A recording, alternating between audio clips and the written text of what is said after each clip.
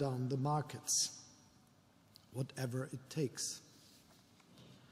I believe that with these words you not only calmed down markets, I'm convinced they will enter the history books. And during the COVID pandemic, you, Christine, stated that extraordinary times require extraordinary action. Clearly, the basis and remit for this is defined by the ECB's competency and mandate. At these decisive moments, your leadership gave the world confidence in our common currency. In 1998, the ECB was founded as a strong and independent central bank with a clear mandate, maintaining price stability in the euro area. After the first 25 years, we can say that our common currency is indeed attractive, safe and stable. When it became necessary to establish common banking supervision for large financial institutions, the ECB also stepped in by serving as the home for a new single supervisory mechanism and setting it up in record time. It is safe to say the ECB has been an anchor for stability in the euro area, or as you phrased it in the video, stability is your thing. That comes as a reassurance for our citizens, also in the current economic environment. Russia's war of aggression against Ukraine is first and foremost a catastrophe for the brave Ukrainian people.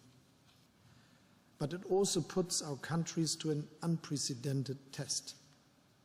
A test, I might add, that we have so far passed, because we have stood more united than ever. Last year, we have seen the highest inflation rates since the creation of the euro. The consequences are being felt by citizens all over Europe. Those with the lowest income and little savings are being hit the hardest. So it is good to know that while we are celebrating this special occasion here tonight, the ECB is actively fighting inflation. I fully support this effort, if I may say so with all due respect to the ECB's independence. This independence is essential for a stable and credible monetary policy. After all, the value of a currency depends to a large extent on trust. Trust in the institutions that are responsible for this currency.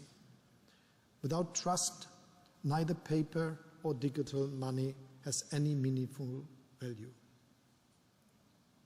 However, stability and trust are by no means impediments to progress. On the contrary, the work on a digital euro is an ambitious and forward-looking project that will strengthen European sovereignty. To bring its full potential to bear, we should allow for its widest possible use by private and business customers.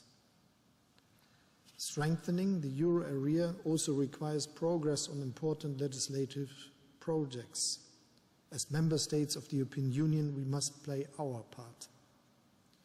Completing the capital markets union is essential to mobilizing the funds we all need to tackle the biggest challenge ahead of us, the transition of our economies and societies towards climate neutrality. Moreover, as I have already outlined as Finance Minister, there is an obvious need to continue our work on the banking union. Here we are aiming for targeted and effective improvements while building on well-established solutions that are already in place in member states. And ladies and gentlemen, we are also doing our part when it comes to supporting the ECB's work to implement its core mandate. As much as all EU member states were right in conducting expansive fiscal policy during the pandemic, just remember our groundbreaking agreement on Next Generation EU. Our fiscal policies will now have to adjust again and keep an eye on limiting inflationary pressure. That's how we must join forces with the ECB in the fight against inflation. Last but not least, ladies and gentlemen, we are proud to be the ECB's home country. 5,000 employees from all over Europe work for the ECB and the European banking supervision. By the way, this includes a growing number of women. And I can only make an educated guess that this also has to do with your work, Christine, and your role as a trailblazer for equality. Since you became president in 2019, you have not only broken through glass ceilings, you have also opened the ECB's glass doors towards the urban society of Frankfurt, quite literally, on Night of the Museums this year. The ECB is also strengthening Frankfurt's role as a leading financial center in Europe, and I may say there are new chances to continue with this.